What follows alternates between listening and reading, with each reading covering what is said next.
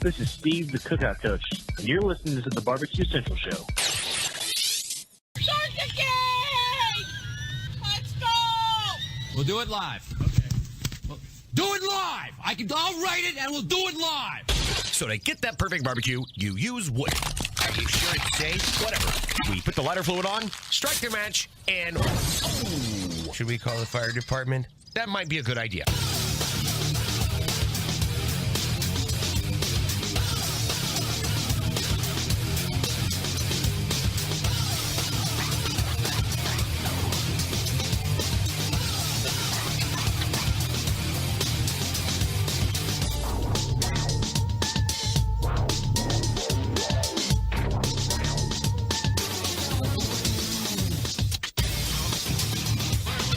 All right, good evening, and welcome to the Really Big Barbecue Central Show, a show that talks about all things important to the world of barbecue and grilling, originating from the Rock and Roll Hall of Fame city of Cleveland, Ohio, the barbecue capital of the North Coast. I am your program host, Greg Rempe. Happy to have you aboard here. You want to jump in on the show tonight? This is your shot at getting off in the world of live fire cooking in any form or fashion. There are two ways to get in touch with the show, and this is how you do it. You can get in touch with the show by calling 216-220-0966. Email Greg at the BBQCentralShow.com. On the Twitter and Instagrams at BBQ Central Show. Anything else you want to find out about the show can be found at the main website, thebbqcentralshow.com. And here's what's happening in case you didn't get the newsletter. It is the first Tuesday of a brand new month. It's November. You know what that means. Most of the month we will be talking about turkey here and there. So every guest that I talk to during at least the first 3 weeks, possibly bleeding into the fourth week, although I hate to do last-minute stuff. Although, if you are a fan of the show, you know on that fourth Tuesday, I'm always asking, what if you've made the most egregious of Thanksgiving mistakes? It's Tuesday night at 9 o'clock, and you have not taken out your completely frozen turkey yet. How do you get it defrosted? What's the safe way? Can it still be done? Are you going to be the heel of Thanksgiving? We usually get there.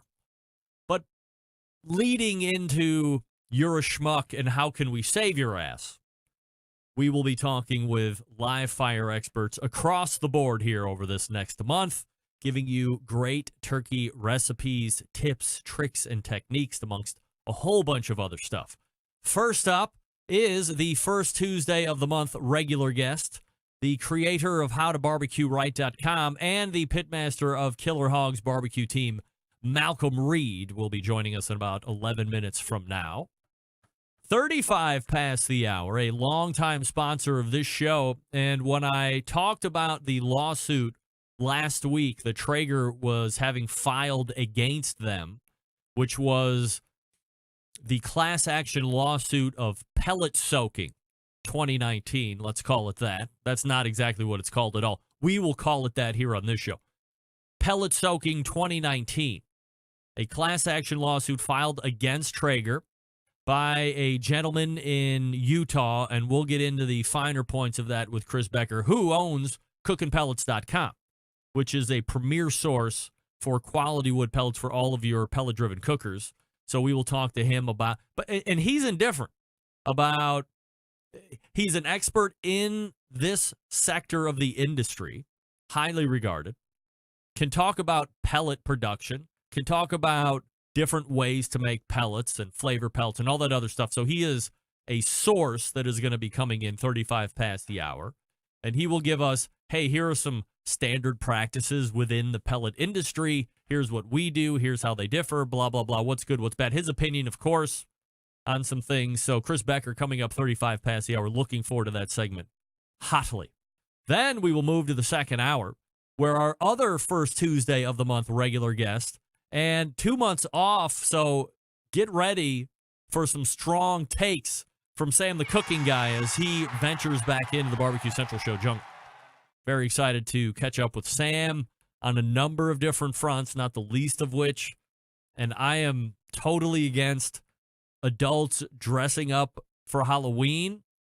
You're not going to see, if Halloween ever fell on a Tuesday night, you would never see me dress up as anything other than just me, because I'm not 8 or 10. But Sam likes to press it out a little bit.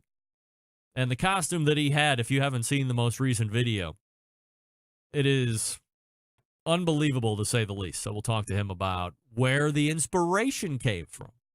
And I will make him make a comparison and choose a favorite between two of my favorite Halloween costumes that he's dressed up in the past. One happens to be the most recent one. The other one I'm not going to let out of the bag yet.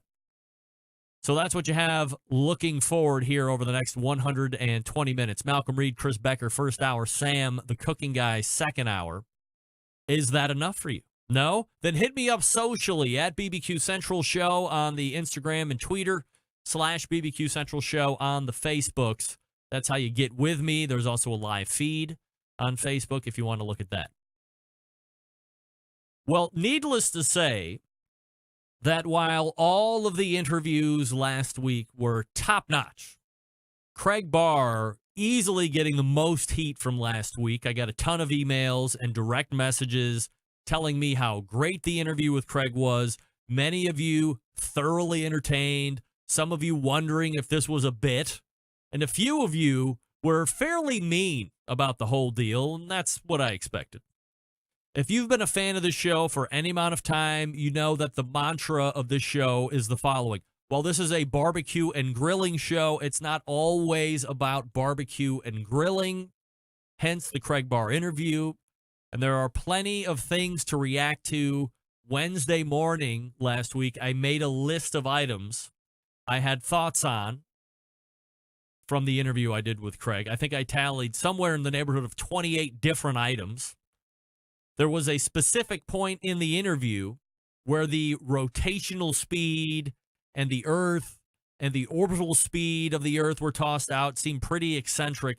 But my Michigan correspondent, John Solberg, actually did fact-checking Wednesday, and all of the figures were 100% correct, believe it or not. Those 700 and 900 and 1,600 miles an hour or 16,000 miles an hour figures that Craig was throwing out during his interview, 100% correct, verified and fact-checked. There was also a reference to the lawsuit not being about the damage to his car, and he hinted at something bigger coming down the pike. Of course, the references to straw man were very interesting. The thing I found most compelling was at the top of the interview when we were talking about his whole movie-making career and all this stuff. When I asked him about the film that he's making, I think it was called First Day on the Job, this stream of consciousness that he slipped into while he was explaining the movie was unreal. It was like he had the 30-second elevator pitch down, but it was really like 2 minutes. And he went a completely different cadence, didn't miss a beat, no ums, no ahs, totally rehearsed. And I mean that in the best way possible. If you miss the interview, Go get it in the podcast form immediately after the show is over tonight so you also can be a part of it. I had people DMing me that the embedded correspondents need to hold a special meeting for Barbecue Central Show guest Hall of Famers immediately for his inclusion. Just that one appearance gets him into the Barbecue Central Show Hall of Fame. I had other people write me and go, cuckoo. Literally, that was the subject body. Cuckoo. And everything in between. There was something for everybody in the interview, especially if you are a fan of Popeye's chicken. By the way, if you were wondering if Mr. Barr got his hands on a chicken sando this past weekend, the answer is yes. Yes. Finally, he was able to jam that chicken sandwich in his pie hole. And as we text messaged the other day, that would be yesterday, here were his exact messages back to me. Steve Ray was the one that actually initiated conversation back with Craig. And I quote from Craig Barr, got one Friday night. I think the mayo sucks on it. Thinking they had the nerve trying to compete with Chick-fil-A. Tasted like chicken breast on a bun with mayo. Wasn't impressed. There you go. All of that for wasn't impressed. Let me tell you this. For all of you maniacs that are lining up once again for the Popeye's chicken sandwich, if Craig Barr, the guy, the singular human who is trying to take down Big Chicken currently in 2019, gives me a mayo, how can mayo suck? If your mayo sucks, that's bad. So if he's giving you a mayo sucks, tastes like chicken breast on a bun with mayo, that is not giving me any sense of urgency and trying to line up and eat one of your chicken sandwiches. Now, to be fair, I've seen reviews all over the board this time around. Chicken sandwich will save your life or change your life. Definitely not worth the wait. Totally underhyped. I'm not motivated to get it. If I want the best chicken sandwich on the face of the earth, I'm going to Larder on the west side of Cleveland. Maybe I will go there Thursday and take pictures of my chicken sando. In the meantime, you can head on over to Big Papa Smokers and get everything you need to be a better barbecue and grilling cook. They offer 13 perfectly balanced flavors of rubs and seasonings. It's going to transform ordinary meals into extraordinary. They also have a great relationship with Simply Marvelous Barbecue. You put Big Papa and Simply Marvelous together, now you're messing with that West Coast offense deal, and everybody loves that. They also own Granny's Barbecue Sauce, so if you're sick of the run-of-the-mill barbecue sauce and you want to try something new, Granny's Barbecue Sauce just might be what you're looking for. It's so delicious. And don't forget, at Big Papa Smokers, aside from all the rubs and all the sauces and all the injections and all of that, they sell cookers. That's right. Check out that Mac 2-Star General Pellet Grill if you're looking for a versatile smoker that's easy to use. Big Papa, the exclusive Mac dealer, and they even offer special packages. Nobody else is doing that. If you don't like pellet smokers, fine. How about the old Hickory Ace BP, the only charcoal smoker that Big Papa trusts on his competition trailer? And if you're not sure of what grill you need, you can't go wrong with anything featured on BigPapaSmokers.com. If you have any questions, you call them at 877-828-0727 or 877-828-0727, or you shop their website at BigPapaSmokers.com. That's BIGPOPPA Smokers.com. By the way, Big Papa in action this past weekend at Indio, California, taking down Reserve Grand Champion. So getting the Jack Daniels bad taste out of his mouth and right back in his winning ways. Sterling Ball, James the Flame, over there at Big Papa Smokers. Right, Malcolm Reed is coming up out of the break. Stick around, we'll be right back.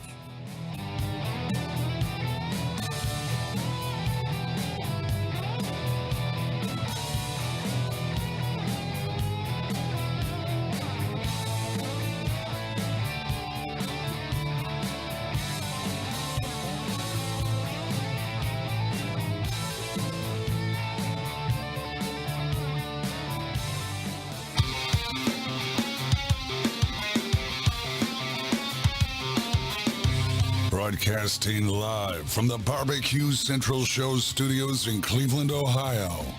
You're listening to the Barbecue Central Show. Once again, here's your host, Greg Rempe.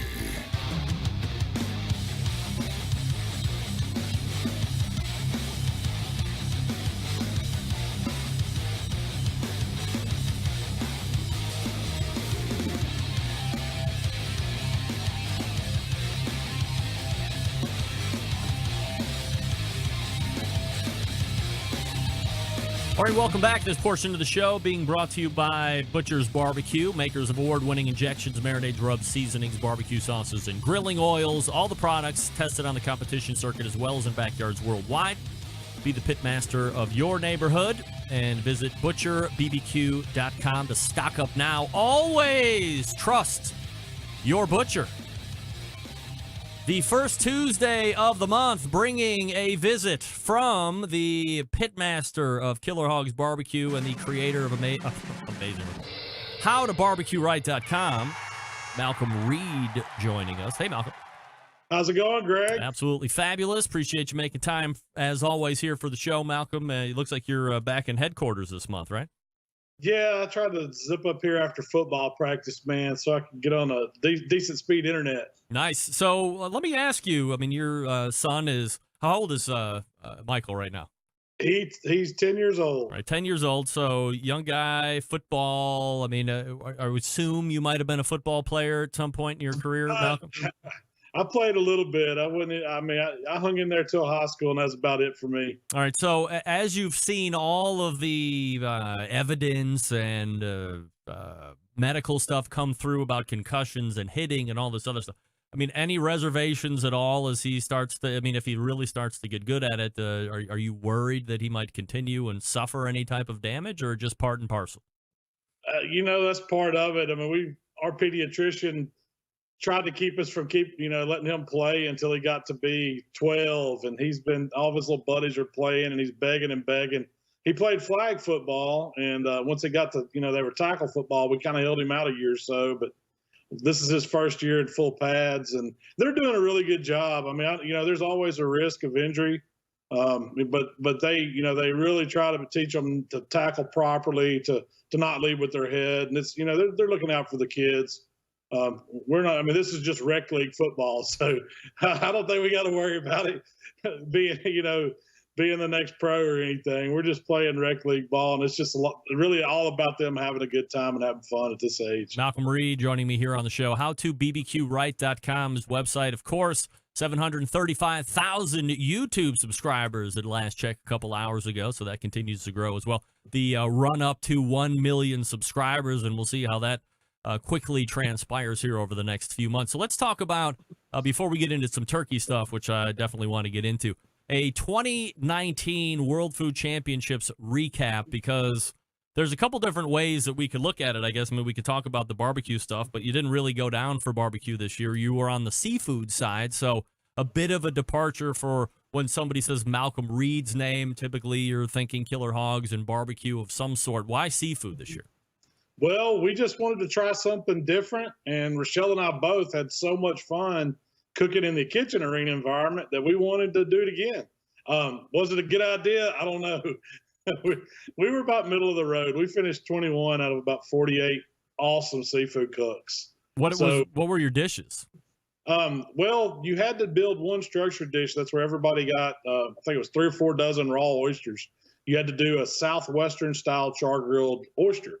So we did, I did a challenge Southwestern compound butter, char grilled the oysters with it, did some shrimp real quick, and then kind of marinated them in almost like a pico, served that on top, and, garnished it with some little fried tortilla chips that we did with flour tortillas and more pico as a garnish. And the oysters turned out really good. We were proud of them.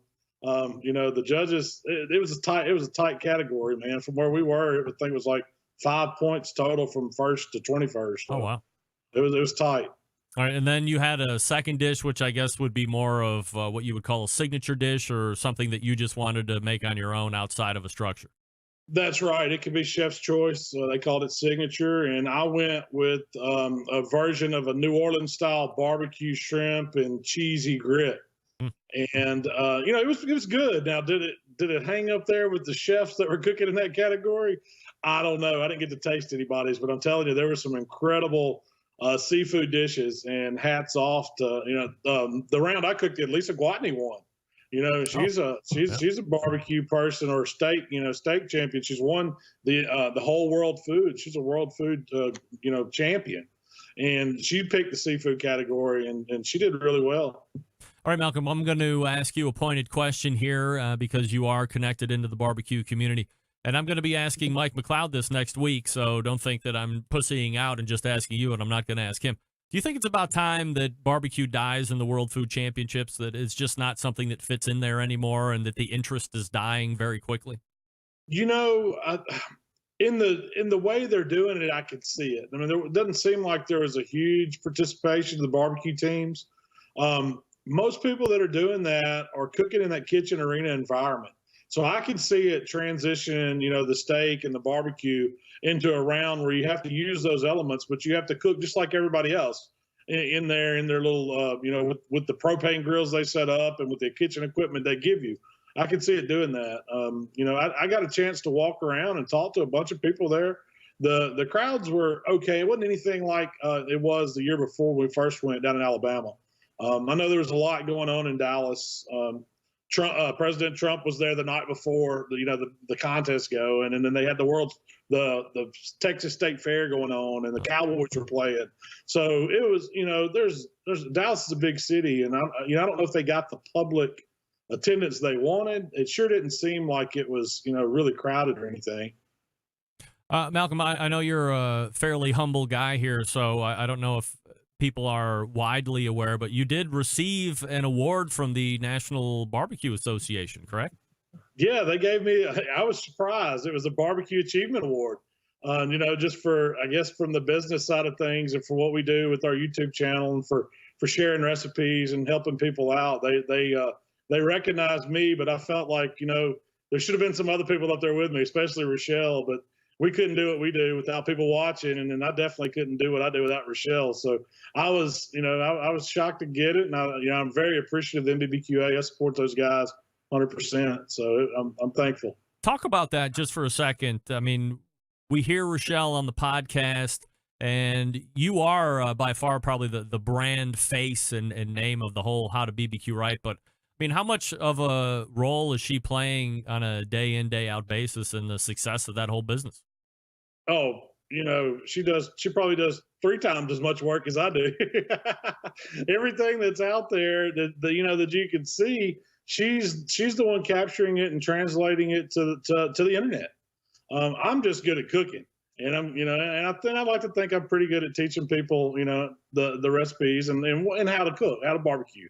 But she really works hard at making everything work, and especially from our social media side to the videos we put up on YouTube to the everyday business. We both we struggle to find time to do everything we want to do, and our days are full. But she helps with the administration of the business too, so we're busy. Is it ever hard to not get any time outside? I mean, you're either at work together or you're at home together. I mean, is that just how you like it, or can it get a little chippy every once in a while? Well, just like any couple, we have our ups and downs. But no, I guess first and foremost, we're probably best friends too, and it helps to have the kind of relationship we do. I mean, we get along so good together, and of course, there's times I go hunting and I go fishing and I do stuff like that, and she likes to do stuff too, and I don't try to stop her because we don't get a lot of time alone, so we make the best of it when we do get a little, I guess. Malcolm Reed joining me here on the show. All right, so let's go ahead and press over to what the month is really about, right? And that's Thanksgiving, and that's a huge eating day in general across the country, but it can be a fairly decent sized day for us live fire cookers as well. We love to smoke turkeys and grilled turkeys and maybe even fry turkey and all that. So let's talk a little bit right off the top. Are you more of a frozen turkey in thought or a fresh turkey if you can get? Greg, I usually buy what's on sale, and they're always, usually froze. I've cooked some fresh ones. I honestly, brining it, if you get a good long brine, I don't think you can tell the difference. I have never really compared them, but they run turkeys right now. You start seeing them as low as, 19 cents a pound, 29 cents a pound, and you can get some great deals on some turkeys. And that's usually what I go for, which I'm budget minded. Yeah. So when you're looking, I think there's keywords for people that are just kind of getting into this whole thing, because turkeys and brining kind of go hand in hand, or it's really kind of forced down your throat. I'm not a huge fan of brining myself. I like injecting if I'm going to do it. But even then, if you got to look for these key items or keywords on the label, they're called self-basting or injected with X amount of salt solution. That means that turkey is already pumped up with stuff, right? Most of them are. You have to really search for one that's not. I think it's because turkey has such a neutral flavor anyway. They're trying to get more weight on it, so they can charge you more, and they're trying to make it to where the average person can cook it and it tastes decent and not just be bland. So they're trying to help you out. Now, like you said, most of it's just a salt water solution. That's all they're doing. So they're kind of shooting it up full of stuff, for the most part. But a lot of our pork, a lot of the food we buy, you don't realize it, but a lot of it's prepackaged with so much sodium solution in it. Do you have a preferred size of turkey? I like to cook the young turkeys, man. I try to keep them between 12 and 15 pounds. I think the reason being they cook about the same rate. You don't have that problem where your breast is going to dry out before your dark meat gets done. If you want to cook more, there's people out there who cook these 20+ pound birds, and they're great for feeding a large crowd, but I'd rather cook 2 or 3 smaller ones. I can get them all done in 3 hours, and, the meat's excellent on them, and just, hey, young meat tastes better. Yeah, that sounds weird. The 20-pound turkeys. That's right. I love the young meat. The 20-pound turkeys look incredible, but as you said, I think there's a vast, or there's a very large error window that you don't want to be messing around, especially turkey, because I don't know. I think you actually mentioned it in this most recent podcast, or maybe it was 2 podcasts ago, because there was a week off that you had, where you said, hey, this is my biggest bitch every November. I'm a huge fan of turkey. Do you know when I eat turkey? For Thanksgiving, because I never think about it. It's not like in your face. Otherwise, it's not crammed down your throat. Even at Thanksgiving, like right now, you don't see a lot of make sure you go buy your turkey for Thanksgiving. There's not a lot of commercialism that goes along with Thanksgiving. And I think turkey is something that should be celebrated well outside of Thanksgiving. And I know you kind of feel the same. Well, yeah, and the big thing is you can't find it. It's hard to find the whole turkeys, any other time than Thanksgiving. Maybe it's because they take up so much room in the supermarket. I don't know. They don't have the space for them. But now I know they dedicate, huge coolers to these turkeys they're bringing in. I try to cook turkey throughout the year. Sometimes when I think about it, most of the time that ends up being a turkey breast. You don't see the whole ones a lot. Are you a fan of spatchcocking turkey? If I'm wanting to cook it fast, yeah. Last year, I actually did a video on it, and it works great. If you're limited on space, I'm all for spatchcocking. If you're limited on time, do I think it cooks a better turkey? I don't know. I like to keep them whole as possible, and I tie them up to where they're a tight bundle as possible. That way, everything's cooking even, and it's keeping all that moisture, all that flavor you worked hard with your injections and your brines and everything. It's keeping it in there. When you bust that backbone out and open it up, you're just letting it run out. Yeah. A couple of years ago, maybe it was even longer than a couple, because I always live in the 2 to 3 year time frame. There was a big run of taking the turkey breast up and then flipping it over. A lot of people were actually putting it on ice for, let's say, 30 minutes or an hour to really chill that breast down, to kind of make sure everything's cooking at the same time. Do you ever cook an upside down turkey and a chilled breast turkey? Well, I've never cooked them upside down. I know what you're talking about. That's kind of the way grandmas used to do it in the roasted pan. They would start them out, breast down to get them cooking on bottom, flipping over and baste them with the butter. But what we do, and I only do it on the large ones when that breast is getting ahead, is I put the freezer packs you buy meat with when they ship it to you, get those frozen and set them right up on the breast. It's going to slow that breast down and let the dark meat get a jump. And then, once you get your dark meat up, you can take those off and the white meat will catch up really fast. We do that with whole hogs too. We'll take bags of ice and put it there on the loins to slow them down.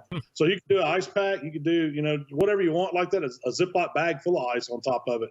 It'll keep it cool. Carryover cooking wise, what do you pull the turkey at in order to achieve the right temperature so you're not drying out? But usually I'm taking it, right after it gets to 160, I'm watching it, and I'm just making sure when I'm checking that it's not it's clear liquid coming out. You're not seeing any pink tinge at all. That lets me know it's done. I like to get it before it gets to 165 in the breast or 175 in the dark, 160 to 163, and then let it carry over at about 167. It's perfect. But, I'm always pretty safe about those temps because last thing you want to do is get somebody sick. Yeah. No, but that'll be the Thanksgiving everybody remembers, right? No doubt about it. The year that Malcom got everybody sick. I mean, can't believe that guy. Are you a fried turkey guy? Will you do that or not so much? We used to fry a lot of them. That was my dad's thing. Before I really started getting into to smoking them and then putting them up against a fried turkey and people not touching the fried one. So it's been a long time. But I tell you, have you had the smoke fried? Those are really good if you're a fan of crispy skin. You start it out on the smoker and then you finish it up in the hot peanut oil and it crisps everything up. They're really good. And is there a prevalent smoke flavor? I mean, I get that you're starting it that way, but I mean, for me in my mind, once you get it into the oil, everything just kind of goes away.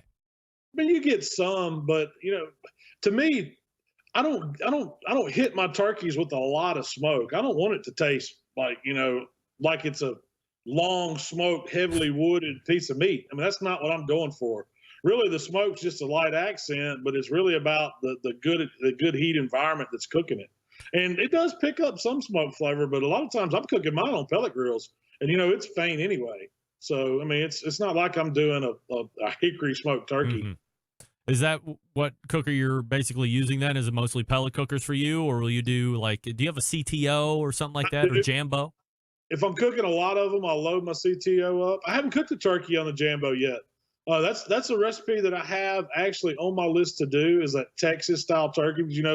That's one place you can get turkey year round at the Texas barbecue joints. Mm-hmm. It's on every one of them's menu, and it's usually pretty good. It's always turkey breast. They're not cooking whole birds, but I've got that on my to-do list on the Jambo.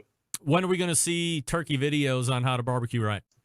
Well, I've got 2 coming up before Thanksgiving. I've got I've been hounded about doing a stuffing inside a turkey.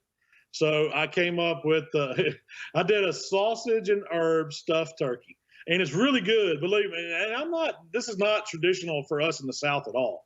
We eat dressing. We don't eat stuffing for one, and we never eat it inside the turkey. It's always casserole dish. But I did it, and I'm going to release a video on it next week. And it turned out really, really good. I filmed it actually today. When you were shooting me text earlier, I was outside, and so that's why I was slow to respond. But I also did a Cajun turkey club. I did a turkey breast, like one of the. Have you seen the ones that are jet netted? It's like a turkey breast roast, boneless. Yes. I did a Cajun season. I did a spicy brown sugar bacon, and I did a triple decker club sandwich. And so that one's one. You can do the breast and slice it, or you can use your leftover turkey to make this club sandwich. And you need to try it. Is eating Thanksgiving dinner the best, or is having all of the leftover Thanksgiving stuff to make whatever you want with the days after better? Thanksgiving, I'm going to say this. Thanksgiving is my favorite holiday because it's all around cooking and eating, all the things I love to do. Football. So we don't just have one Thanksgiving meal. We're bouncing from family to friends to our house. We're starting actually the weekend before, and it's going to carry on all week.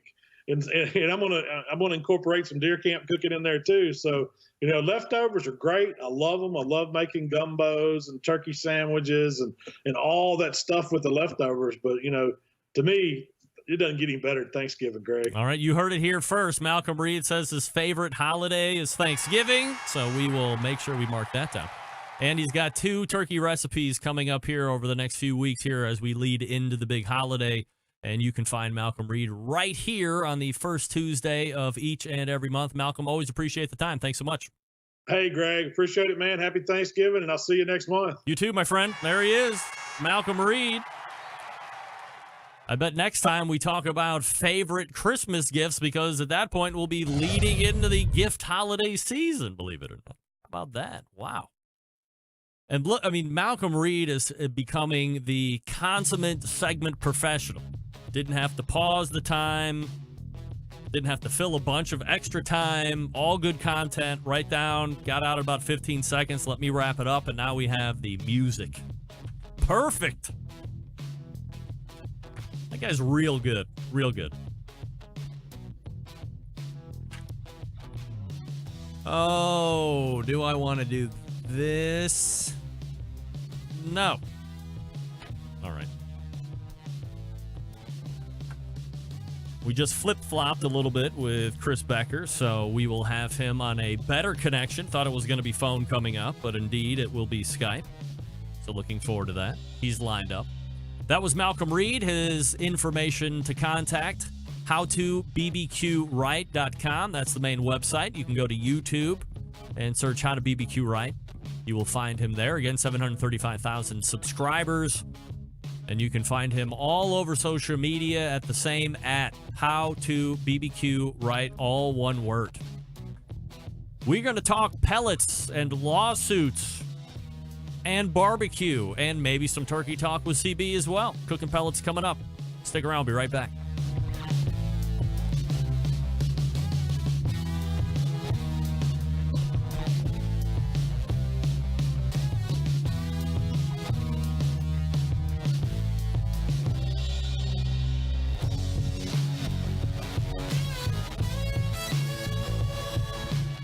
Continuing to produce incredibly mediocre content in an exceptionally professional way. You're listening and watching the Barbecue Central Show. Once again, here's your host, Greg Rempe. And we thank Malcom Reed for joining me last segment. This portion of the show being brought to you by CookinPellets.com, your number one source for quality wood pellets for all your pellet-driven cookers. You can visit CookinPellets.com for more information or to purchase. You can also visit Amazon.com to purchase as well. And, of course, that read happens to dovetail ever so nicely with my second guest this evening, longtime sponsor of this show. And if you have any kind of pellet cooker out there, then it's the place you should be buying your pellet fuel from. I am, of course, talking about friend of show, Chris Becker from Cookin Pellets. Hey, Chris. Uh-oh. Chris, turn off. How you doing? Chris, turn off the other window you have open. Hey, how you doing? Yeah. Turn off the other window. Sorry. Are we good? Sorry. We good? So now, here we go. You can't hear me. I have screwed this up on my side. Dear. Hold on 1 second. All right. I apologize, Greg. We there now? My audio is off on my side. All right, let me call you back. If I don't know why my audio's off. I'm going to call you back. I mean, you can't have other windows open, right? I'm going to save it. Practicing my new mantra. Not going nuts for no reason. I'm just going to rein it in. We'll call back. Hopefully everything's synced up and we're ready to go. Although I can use the phone. CB. Sorry. All right. I am completely off. We'll do the phone. You can use the phone. All right. Sorry. We'll do the phone. No problem. It's fine. Sometimes you have to go to the phone. Right? Go to Chris Becker. Cell phone. Luckily, I had that keyed in. And look at this. Luckily, I had this all ready to go, too. Wow. So good. Oh, dear. Well, that's just so embarrassing. That's all right. We got you going. As long as we get... Sorry about that, folks. Greg. As long as we get there, that's all that matters. And here we are with Chris Becker from Here we are. Here we go. All right, so before we get into like some legal stuff, CB, what's new at cookinpellets.com? We're just up to our elbows in wood. Yeah? Actual wood. Good. Yeah, we're just busy. It's that season for us that it slows down a little bit September, October, more just about a month before it kind of ramps back up again, and we're on the ramp back up, and it's strong and hard. Takes a lot of quick, hard, and long production to get stock for the incoming season of 2020, which I almost hate to say. Now, do you do heating pellets as well? They're obviously two different monsters, but you don't do any heating pellets. This is all food grade pellets. Yeah, that's all we do. We only do pellets for barbecue grills, pellet grills. Nice. That's all Cookin Pellets has ever done. We do not sell heating pellets at all. All right. Do you have any update on the Cookin Pellets app? Last time we talked about it, you had taken it down and it was under revisions. Yeah. So every time we keep on getting newer, better ideas. So it's like we want to do it once. We don't know. Yes and no.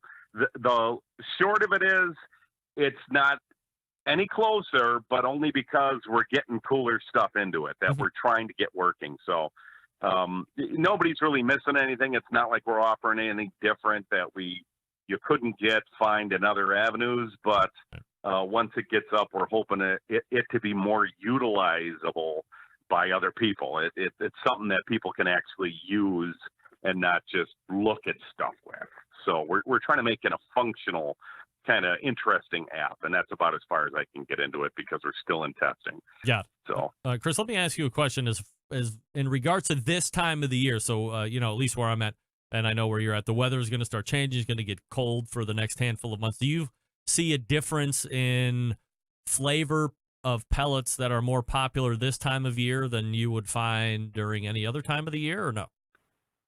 That's a great question. I got to tell you, and my hat's off to Malcom because he's doing an awesome job of what he does. Yeah. But because you guys touched on the turkey thing, yeah, I'll tell you that people at this time of year, we start getting and have been getting constant emails, Facebook calls, Instagram, Twitter, you name it. And they're like, okay, what pellets should I use for my turkey this year? And it's like, we always tell everybody, are you looking for something heavily smoked? Then, use something that's going to give you a heavier smoke base. It's kind of common sense, but for us, we answered, it does change a little bit, but it's not like there's a cutoff of one and a start of another. It's just, more people come out of the woodwork. Really, that's what happens. It really doesn't change much. We're just more informational based at this point. And really, there isn't a lot difference in change because if you're trying to smoke a turkey, skin gets smoked, not the meat, unless you spatchcock it. Then you get some smoke into it. It's no different than doing a chicken with skin on it. You don't get a lot of smoke in that chicken meat.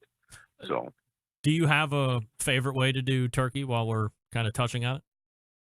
I like turducken. A lot of people say that's not Thanksgiving, but my butcher, I'm lucky enough to have a guy that gets fresh turkey, debones. I don't have the time or wherewithal here. I probably could do it. I just never have the time. That's always the case. But I got a guy gives me a fresh turkey and turns it into a turducken for me, and that's what we've had for the last quite a few years. But I will touch on that Julie, my wife, she actually does turkey at least 3 times a year over and above Thanksgiving. Nice. And usually that famous turkey breast, which is awesome. Well, at least one of us is having turkey more than, one time a year, unless it's at a barbecue restaurant that serves turkey. And then you think about it. So sorry. The next time I'll give you a call, let you know when. Yeah, please. All right. So Chris Becker joining me here on the show. Cookinpellets.com is the website, of course, longtime sponsor of this show.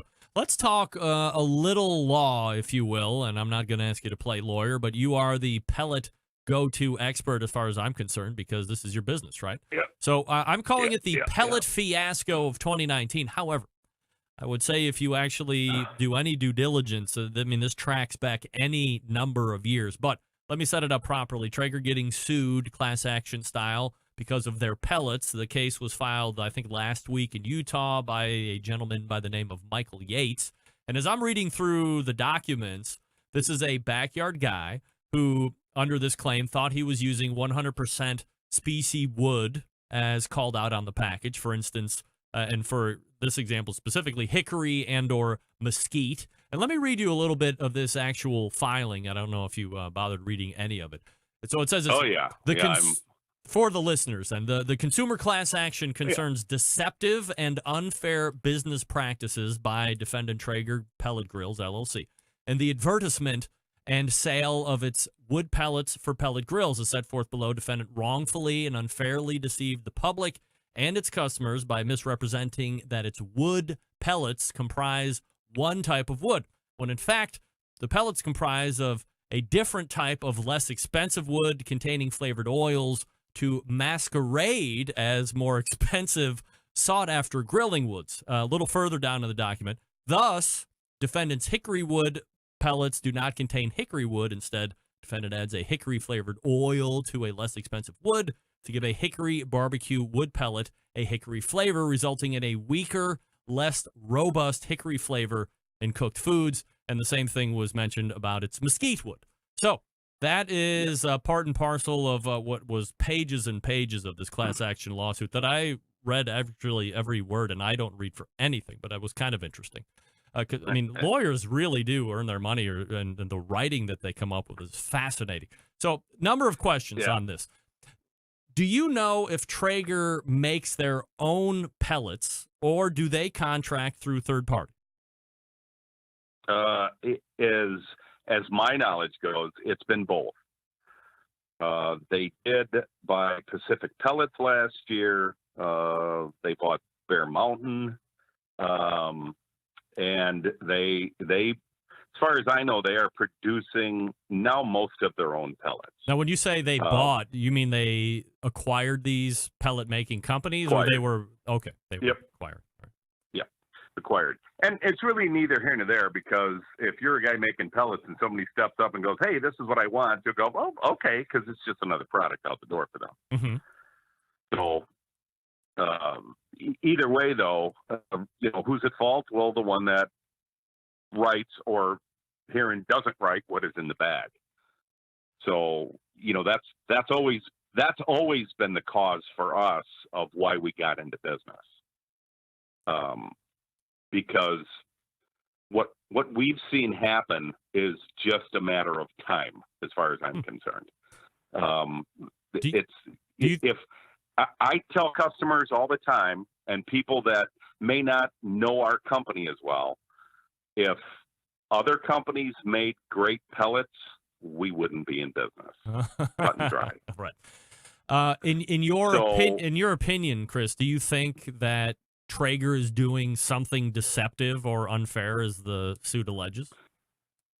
I have to be very careful with that choice of words. I will say that I don't think it's correct. If they're found guilty of what the class action is, then obviously it's going to come out in the mud, clarify much muddiness. Mm-hmm. I know that they do have a patent for adding flavored oils to base woods. Mm-hmm. And, so therein lays part of that, I would say, a good stand against them, because they're utilizing their own patent to flavor lesser woods to create a different flavor. So, and they're not calling out on the bag. So, the last thing everybody in this industry has gone up against is the California Prop 65 stuff. Because anything you touch has, you touch chicken egg, it's a Prop 65 has to have a disclaimer on it. And anything out there now has a Prop 65 disclaimer from California. But the point is that you need to be honest and fair in your business. And if you're not, then either get out of the business or be honest and fair. So, they're backed by big money. There's no doubt. Whether they're doing something wrong or not, it doesn't seem right to me personally. And on a business aspect, I know what we do and what we call out, and have no problem with what we do. As far as what they're doing, we'll see how it washes out. But I don't think it's going to be good for them. Chris, if you spent money on these patents, and patents aren't cheap. I mean, let's be honest. Oil soaking pellets, for instance. Would you not be, if you spent this money, would you not be screaming from the rooftops that this is really the best way to make pellets? And here's why, and this is why we'll continue to do it, and we have these patents, and damn it, we love the way we make these pellets, and you should buy them. I mean, shouldn't you be doing that if that's what you've done? Otherwise, it seems a little, it seems like you're hiding something. You'd think. Yeah. I'm just, Craig, I'm saying, I mean, yeah, that you would think if it makes something better, you would do that. Is it fair? Is it fair to say? And in that, yep. In that case, why aren't they? Right. And they haven't been for years, by the way. When there was a different marketing and sales guy, I had asked him poignantly on the show, and he had no answers at that point when he was still with Traeger. Do you, is it an easy summation to think that if they're making pellets this way, they are able to gain more margin because it's just a less expensive pellet, or is there really not much cost difference between making a true hickory pellet? In two words, yes. Hell yes. Hell yes. They're making the cheapest thing they can. And their margins are through the roof. So I know what it costs me. Our pellets are not. We're not in Walmart through our want. We've had Walmart at shows. We've seen you at shows, and in those same shows, our industry shows, we've actually told Walmart, no, we're not a low price leader because that's not what we're trying to get to. And it's not that I'm trying to make more money. It's that I can't be a low price leader because I'll go out of business. Right. Because it's expensive to do it the right way, cut and dry. So take it for what you will and why they're doing it, why the way they're doing it, or why somebody has said that they're doing it a different way. Do you I'm not trying to put you in a weird spot here, but are there other manufacturers that are out there doing something similar to this that you know of, or is Traeger the only one? No, I think there's other manufacturers that are not marking correctly. I won't name them, but not all. All I can say is not all pellets are created equal. Of course, I'm not going to come on and say we make crappy pellets, of course, because we don't. But not all pellets are created equal. And if people are out there buying a certain pellet and hunker down and try a better pellet, and we're not the only one that makes good pellets. I mean, there's other brands out there. I'll be the first to tell you. Sure. But for the most part, the larger brands that are out there, I'm not saying they're adding oils in it, but they are, it's either they're not adding oils or they use base woods. That's been known for years. So it used to be that somebody would put a name on a bag, but really in that bag is only 15% of what's in there. And the rest is what we call a filler, which is oak or alder. I'm not saying oak is bad to smoke with, right? But when you turn an oak wood into a pellet or an alder into a pellet, it makes up a little bit different base of, it's not a chemical difference, but it's a difference of how that burns. So a stick burner will make a nice oak finish, but when it turns into a pellet, it turns more into a fuel. So you get a lot less flavor out of it. All right, so those are put in for heat, and then your smaller percentages for flavor. Yes, and they're also put in because there are gobs of it in the areas that they have their plants, like up in Oregon. That's full. That's an alder area. Down south is full of oak. And that's what those species are used for filler, because they're readily available, and it's just cheaper wood because it's easier to come by and get. So if everybody said the percentages that were on the bag, or at least called out everything in the bag, and we do, we call out everything in the bag. If everybody called out everything that was in their bag, I think most people would be surprised. So because you sell some 100%, this or that wood. I think hickory you have, and you have some other ones. And that's 100%, and our right? black cherry, yeah. 100%. Yep. 100%. So, other flavors, what's your percentage makeup of a base and or a flavor? So our perfect mix is hickory based with cherry, hard maple, and apple. And I can't give you percentages, and not that I'm skating my own issue, but that's kind of our secret recipe of why it tastes so good. Right.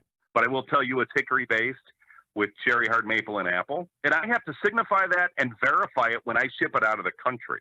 Because if it gets tested and that's not it, I have containers sitting on shores costing me lots of money. Yeah, right. So, and I never have that worry, and we ship out containers all over the world. So that our apple mash does not have actual apple in it, apple wood. That's actually apple from making cider. It's actual fruit pulp, and that gets mixed in with a hard maple, and that's what's in that. And other than that, we have our 100% black cherry and then our 100% hickory. Do you think that after all this is said and done from the Traeger class action, there might be some kind of a standards put in place where people will be required to call out what's exactly in their bags, or is that just pie in the eye thinking? I would hope it would come to that. I would love to see that. I would cherish that day, because that's where it will split, where people are making less than decent pellets versus better pellets, right, or more flavorful. So I would hope that day would come. Now, here's the unfortunate thing. It's not really, the pellets aren't being ingested. So there's this line here that, how deep is the government really going to get into control? I don't think it'll happen. Yeah. Just like you don't have the list of ingredients in your propane that's in the tank that fuels your gas grill. And trust me, there's more than propane in there. Oh, for sure. So, one April Fool's Day, I think we had half of the country convinced that Kingsford was bringing hickory-infused liquid propane to the market. It was one of the best April Fool's Day things ever executed in live fire. We're talking with Chris Becker, and he's from cookinpellets.com, breaking it all down for us as far as pellets are concerned here, especially as it relates to the Traeger class action lawsuit. Chris, always appreciate the time and especially the insight this time around and the continued support of the show, and let's do it again soon. Yeah, no problem. Thanks, Greg. I appreciate it. And, hey, as always, appreciate the support, and we're here for you, and great show as always, pal. All right. Thanks, my friend. There he is. Yep. Have a good one. Chris Becker coming through strong after early Skype issues. But, yeah, that's kind of the conversation I thought we were going to have, to be honest. You got a guy that is going out of his way to tell you what's in his bag and then knows that there are other people out there, as he put it, hell yes, they're trying to make the cheapest product possible and make cash. It's profit. In most cases, and I'm the first guy to sit here and tell you that profit is not a dirty word, right? But where does quality and profit start to diverge? Cookinpellets.com, COOKIN, cookinpellets.com. If you have a pellet cooker, check them out. Let me talk to you quickly about the Barbecue Guru before we wrap up the first hour. Always believing that outdoor cooking should be fun and easy, because it can be, especially with the Monolith Barbecue Guru Edition grill. Monolith is the world's first temperature-controlled smoker with a built-in power draft fan. This means smarter control and greater freedom with automatic temperature control. Easily choose your cooking time and temperature and let the Monolith do the work of a sous chef or a barbecue pit master. With minimal effort, you now have oven-like precision at the grill, and you can serve the tastiest, juiciest meals each and every time. BBQGuru.com. That's BBQGuru.com, or call 800-288-GURU. We're back right after this to wrap up the first hour.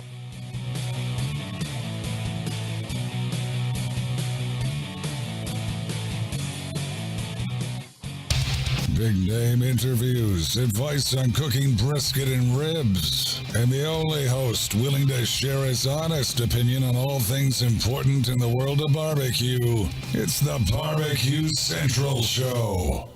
All right, we are back. And quickly wrapping up here in the first hour, that was Chris Becker last segment.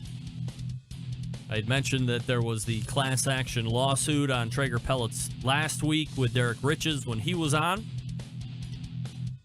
And figured we'd pull in resident pellet expert who knows exactly what's going on. Very careful not to get himself in trouble on speculation or saying what he thinks or doesn't think about what's going on with competitors. But again, if you're looking for a great pellet to fire your pellet cooker, or you want to try something new, cookinpellets.com. Support a sponsor of the show. Come on. We are pointing to the second hour, and it's going to be big. Stick around. We'll be right back.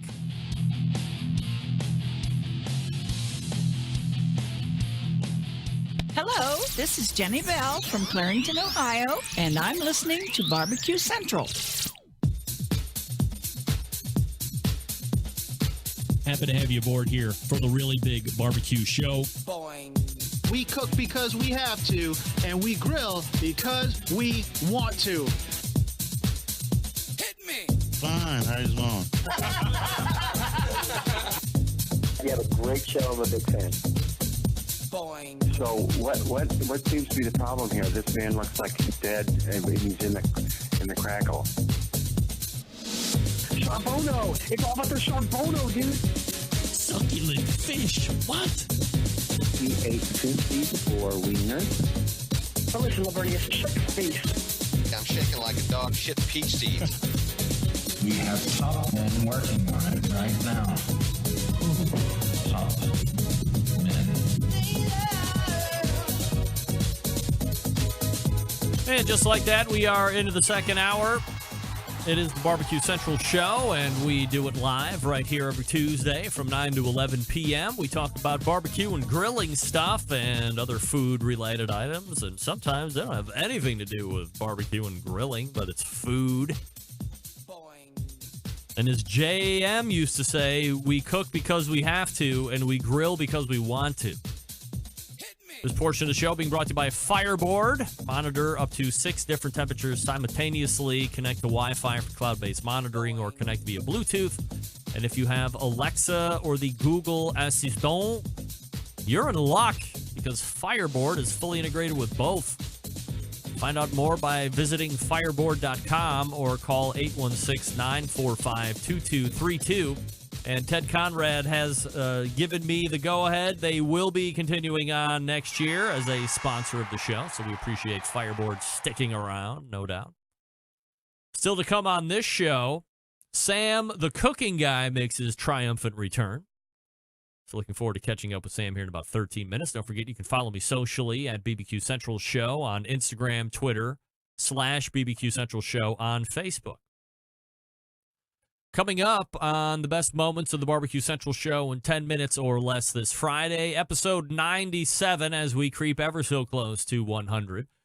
We'll take you back to November 15th, 2015, where we had, I believe at that point, second-time guest, Noah Glanville from Pit Barrel Cooker. I had him on the very first time 4 or 5 years prior to that, so that's how long Noah and I go back. At least, we're getting on 10 years now, I guess. That's not right. That's not right at all. It's 10 years, I think. 10? Something like that. We talk about his background. We talked about how he got into business with Pit Barrel Cooker and how he was able to take a segment of the market. I mean, back in the day, ugly drum smokers were a huge rage. And it wasn't because they were sexy by any stretch. Ugly drum smoker for a reason. Some of these things were hideous. You just kind of piece it together and it kind of fit together, and other times it didn't. And it was an ugly, and it was drum, and you could use it to smoke, and it was an ugly drum smoke.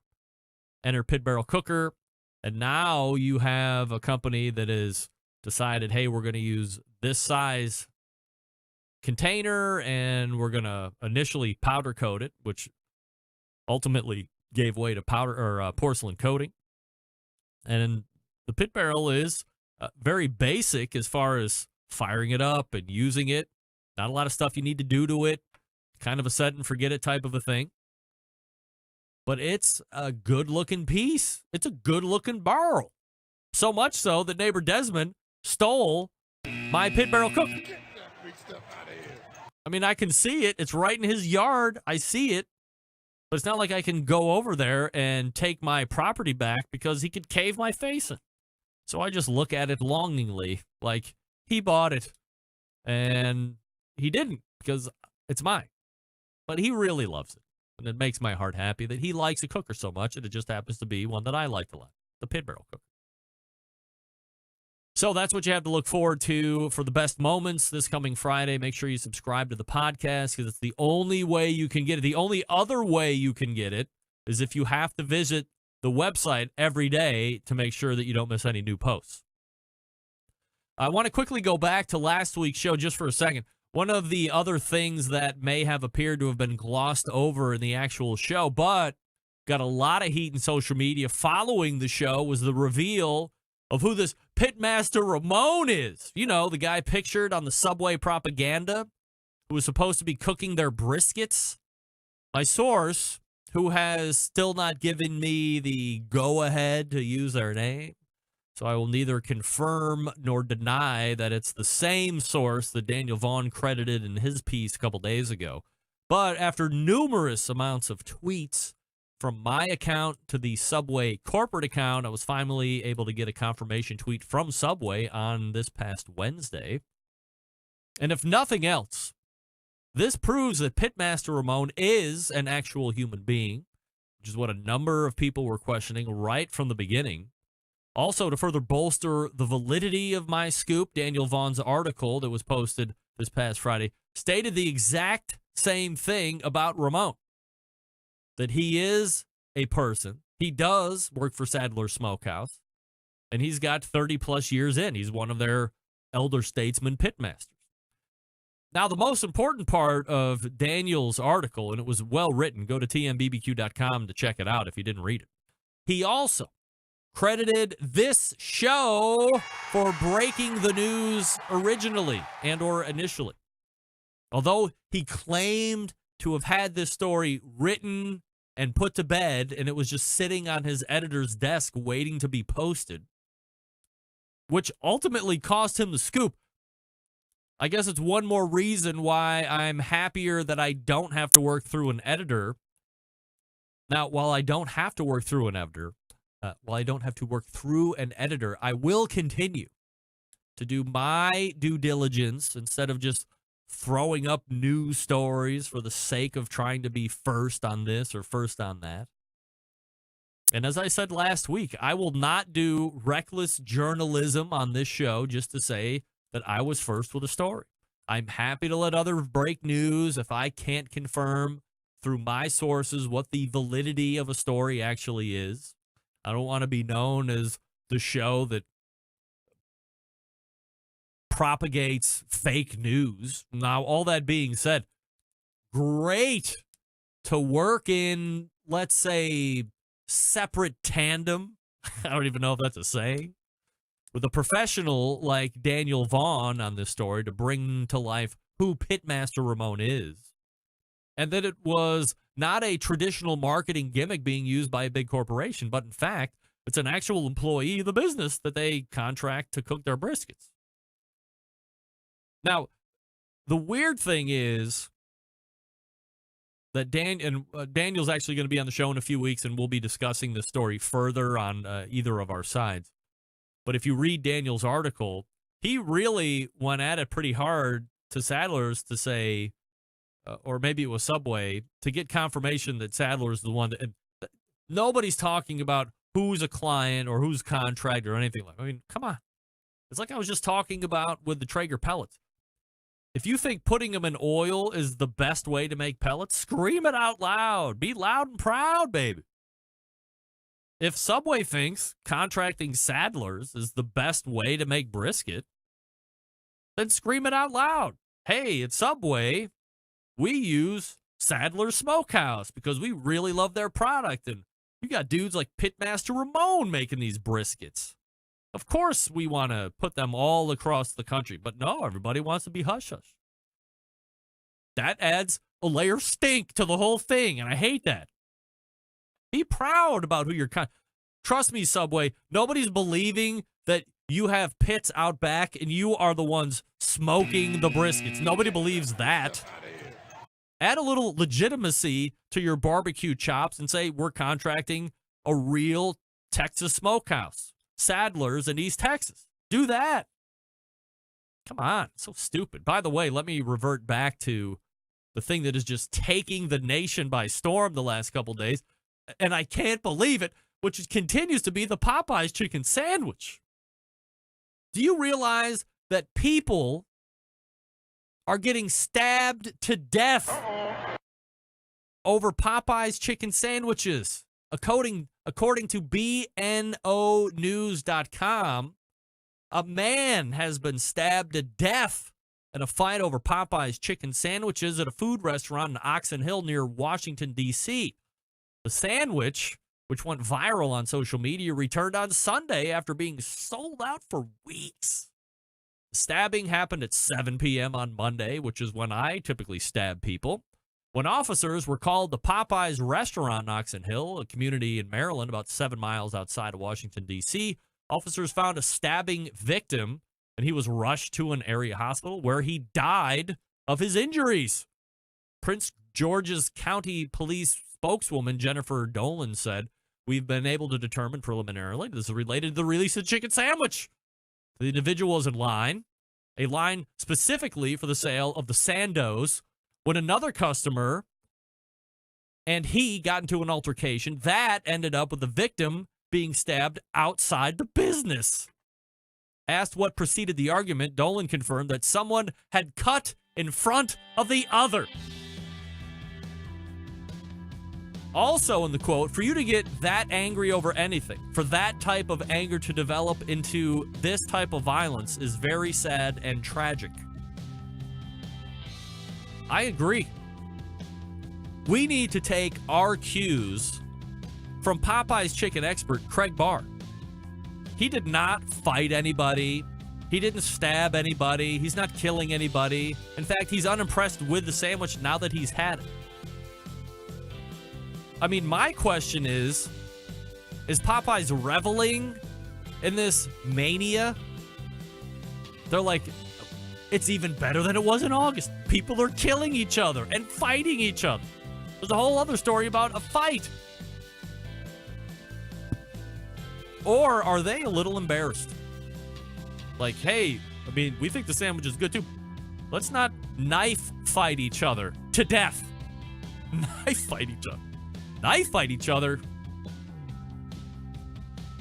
Come on.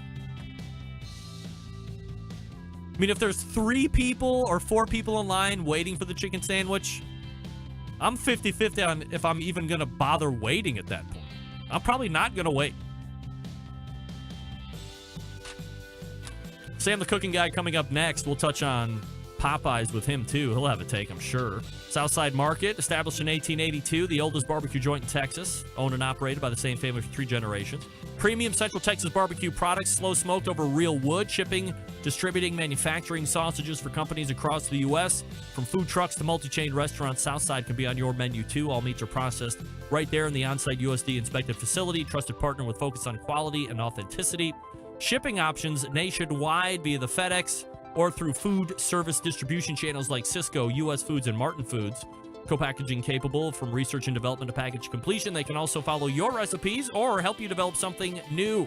Private label opportunities available as well. Visit SouthsideMarket.com for more information. That's SouthsideMarket.com. And while you're at the website, be sure to use promo code BBQ Central, all one word lowercase. That's BBQ Central for 10% off your entire online order. This time, the next time, your 100th visit to SouthsideMarket.com. Always enter code BBQ Central for 10% off your order. Oh, by the way, they're back next year as well. Thanks to Nick and the guys and the gang and the gals and the whole crew over at Southside, gearing up for a great 2020. All right, we are back with Sam the Cooking Guy. Plenty to cover. Stick around. Be right back.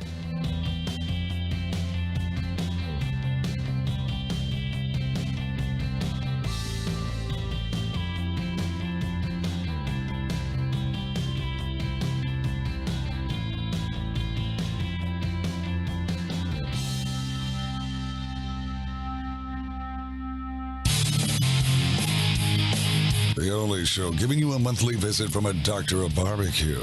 A man actually named Meathead. The author of a barbecue Bible. Bloggers, reviewers, competitors, and manufacturers by the dozens. It's the Barbecue Central Show. Once again, here's your host, Greg Rempe.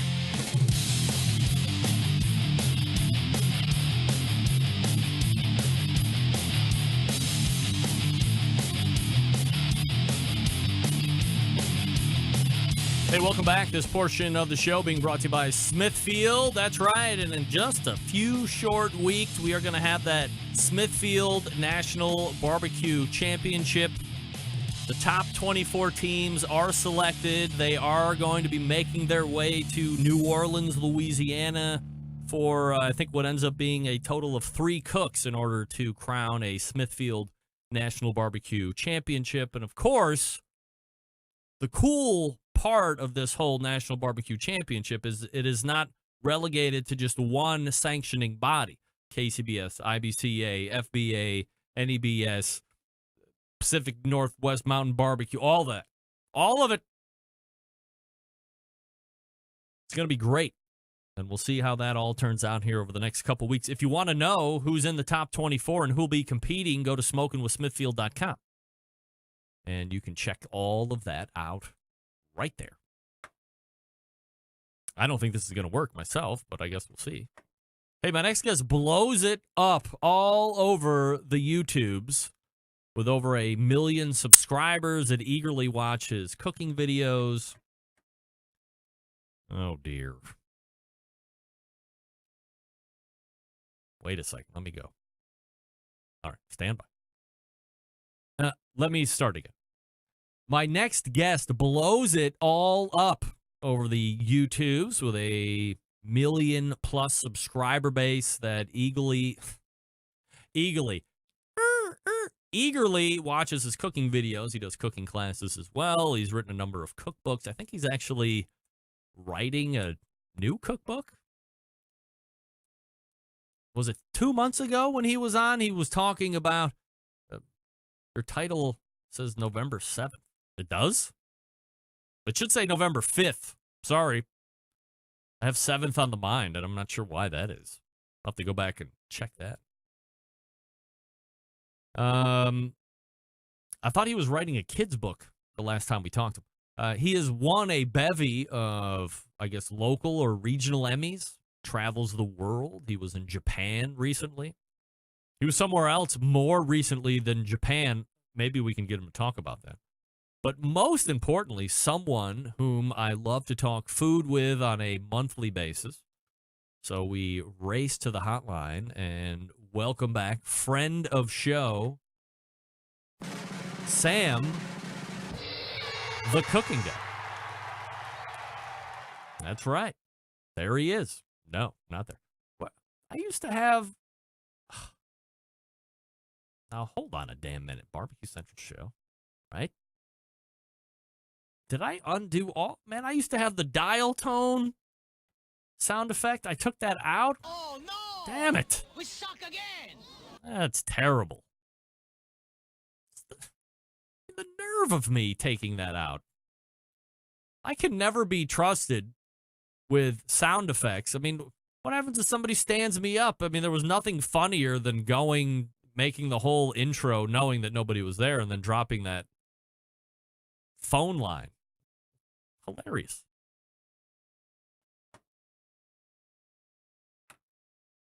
Let's see what we got going on here. Sam, you there? Wait. I'm just trying to get my Bluetooth working. Bluetooth? Get your Bluetooth working. Go ahead. Freaking technology, man. I don't know what the deal is with this. It's the best until it's not working. But all right, so you work on that, and then give me the high sign when you have it working. I'm gonna do a different Popeye story. Is that all right? Yeah, go ahead. All right. A lot of background noise. Allow. Oh. Do I have to get yelled at all the time when I'm using ad blockers too? I mean, can we just get off of...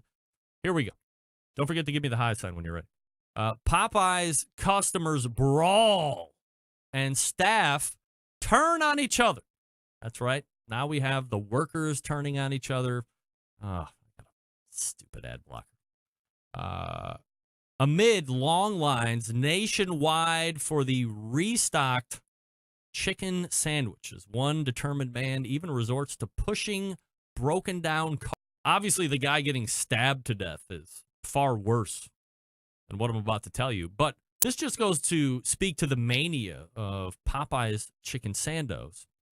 Fast food fans have been seen desperately trying to get their hands on Popeye's hugely popular chicken sandwich after it returned to restaurants across the country on Sunday. Sam, are you completely taken aback by how crazy the second round of Popeye's chicken sandwiches? Somebody was stabbed to death over the weekend for them. Dude, I do not freaking get it. I mean, look, it is not my favorite food in the world. Popeyes or chicken sandwiches or both? Popeyes and or chicken sandwiches. But take my favorite food. Let me think about it. Let's say the best steak that I've ever had from any restaurant ever. Yeah. The best. The best. Right? Would I wait in line 2, 3, 4 hours? Would I wait in line for an hour? No, not a chance. I do not know what's going on with these people, man. I do not. And the fact that it went so effing bad that somebody died. Did you hear my show from last week? Yes. There's a guy suing Popeye's Chicken because they ran out of chicken the first time. Come on. And luckily, he got his hands on a new round of chicken sandos Friday. But his review to me through text message yesterday was it wasn't as good as Chick-fil-A. I mean, that's not creating any additional sense of urgency on my part. So I missed the whole first round of Popeye's Chicken Mania. It was totally off my radar before I caught wind of it at the very end. But then it was all gone. Like, you just couldn't get it. So I was like, fuck it. Now I knew it was coming, and I still have no desire to get a Popeye's chicken sandwich. I mean, how good can a fast food chicken sandwich be at the end of the day? I can tell you. You ready? Yes. It fucking can't. That's right. It can't. It can't. Do you want to just be one of those Me Too people? I don't mean Me Too, the Me Too. I mean the one where, hey, I ate a chicken sandwich as well. Right. You mean, well, yeah. No, it's mental. I can't believe it. Doesn't make any sense other than if you stand on a street corner and look up. Yes. People will also look up. Of course. If you wait in line for, so we shot, you remember we shot in Tokyo, and our next part 2 of Top 10 Things in Tokyo will start airing tomorrow. Yeah. We did what is known as a YouTuber meet and greet. We met with, told people we're going to be in Tokyo, and we're going to be at this restaurant at this hotel on this night for like an hour and a half, and people showed up. So we're there, amazing people. We're having a great conversation, and somebody said, have you thought about doing a pop-up? And I said, before we got here, I thought about doing one here, but it just started to get complicated, and I didn't know how to do it, and I could have figured it out, but I just didn't really have enough time. And this particular trip was dedicated to shooting the show, not doing Sam the cooking guy, not taco stuff. Yeah. And the guy said, if you did this, people would come in droves. Really? And I'm like, oh my God. And my ego is going like, oh my God, I have so many fans. And then he said, Japanese people will hear there's a pop-up. Oh. They don't even need to know what the product or food or service is. They'll wait in line for it. Really? So there's something about this. You can't have something. It's only going to be here for a short period of time. It's super special that makes people nuts. Well, I mean, Popeyes has done it right from a marketing standpoint, I guess. Yeah. Maybe they've gone over the top. I mean, would you want to have something that was causing people to get murdered, or people were rushing other workers of a fast food joint? I mean, would you want that kind of marketing success? When you put it like that, then of course I would. Yes, of course. Right. Who would? Think about this. Okay, let me take you back to your younger years. You're in high school. Yeah. There's a girl that you're sweet on. Ooh, I know who it is. But she hasn't can we give her name? Let's just call her Kate. We'll call her Kate. Yeah. You haven't kissed her. You've not hugged her. You like each other, but she's kept you at bay. Much like any young woman in Cleveland being stored in the basement by some creeper. Oh, not stored. We prefer kept against their will, if it's all the same, Kept please. against their will at bay. Right? Trying to hold them back. Right. So one day, Kate says, I think tonight maybe we can kiss. You? And you're like, all right, tonight's my night. And then the night comes and she's like, maybe tomorrow night. When the night comes, you're insane, right? I think it's these fucking Popeyes fucking chicken sandwiches. Man. And they don't even look that good. No. They don't even look that good. I did my version of it, honestly. I'm gonna get to that here in a second. Now, I'm not telling you how to run your YouTube channel contests for the 1 million subscriber. When somebody says, I'm not going to tell you how to do something, and then they continue, they're telling you how to do something. I'm going to tell you how to run your YouTube channel contest for the 1 million subscriber, although I'm late. How in the sweet fuck am I not invited to come out and do video with you? I mean, I would pony up $50 or $60 cash even if that's what it takes. I mean, wouldn't we make a great video together? I mean, crying out loud. We've never met. On some level, part of me thinks maybe we should never meet. You know that expression, you shouldn't meet your heroes? Yes. If I meet you, what if suddenly I have a completely different opinion of you? Now, you couldn't. You're right here. Yeah.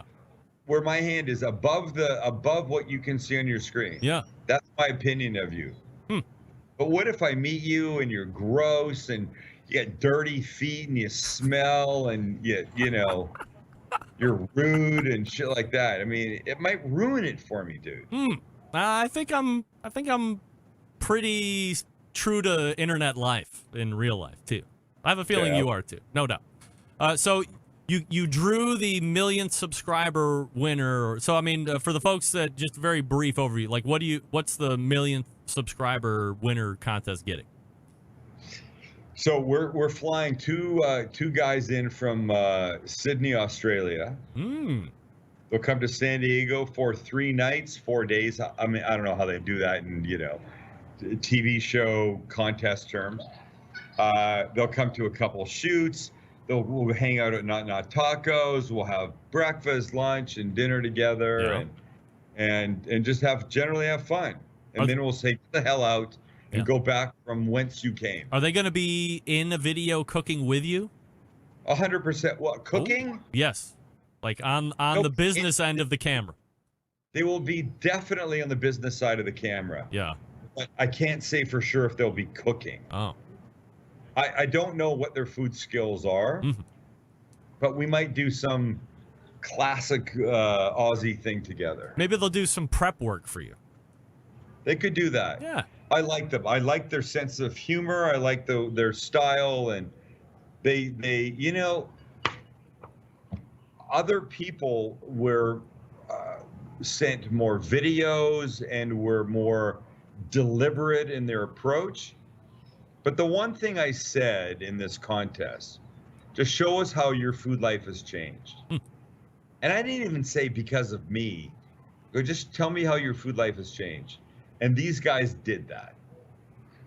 They used to cook shit, and now their food level is way above shit. And they were just very funny and casual and natural and, like I hope that I am, casual and natural. Yeah. Sam, let me ask you, because I get this question from time to time when people know you're going to be on. There's a lot of YouTube hopefuls out there, and I have a few fans that have started YouTube channels of varying formats, all cooking channels to some degree. So as someone who has built, obviously, quite a juggernaut that you have, when it comes to recipes and shooting, when we watch one of your videos, have you already done this cook in advance once or twice for practice or timing or anything, or do you just let the tape roll and whatever happens, happens? Sometimes I've made it. Sometimes it's a suggestion, and I'm like, I like this. I'm going with this. I'm going to try it. And look, I'm not a I stopped short at calling myself like a professional chef. I didn't go to culinary school. Yes, I have a restaurant. It's very small, but the food is stuff that I can handle.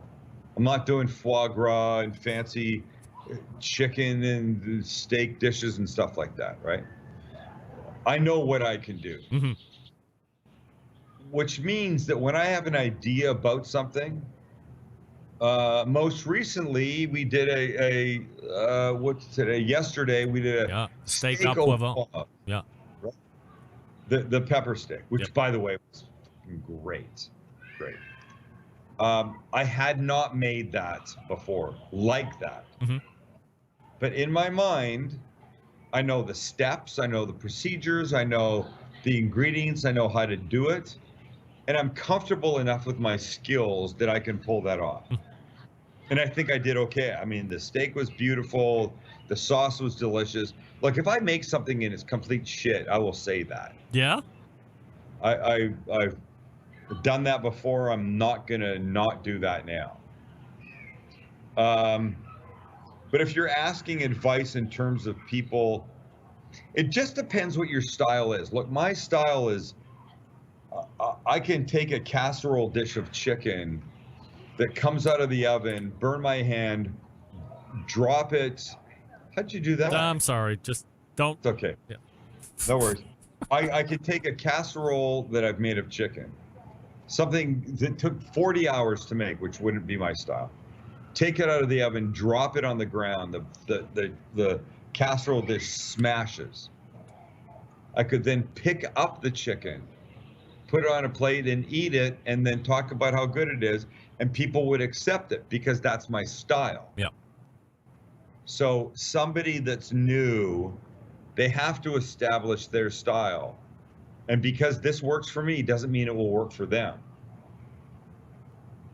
I worked in the very beginning of my career for almost a year doing a 2-minute on-air cooking segment twice a week. I wasn't paid for it. And they didn't offer any money, and I didn't ask because I knew I needed them more than they needed me. Sure. Those were that was my time to learn how to be on television.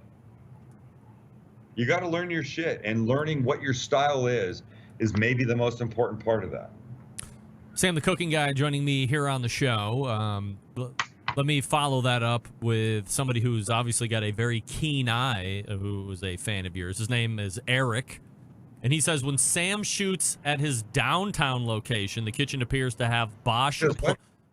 When you shoot at your downtown location, I don't know what that means. Go ahead. The kitchen appears to have Bosch appliances. How do they compare to what he has at his home location? Also, do you plan to do some type of a video showing the new kitchen area?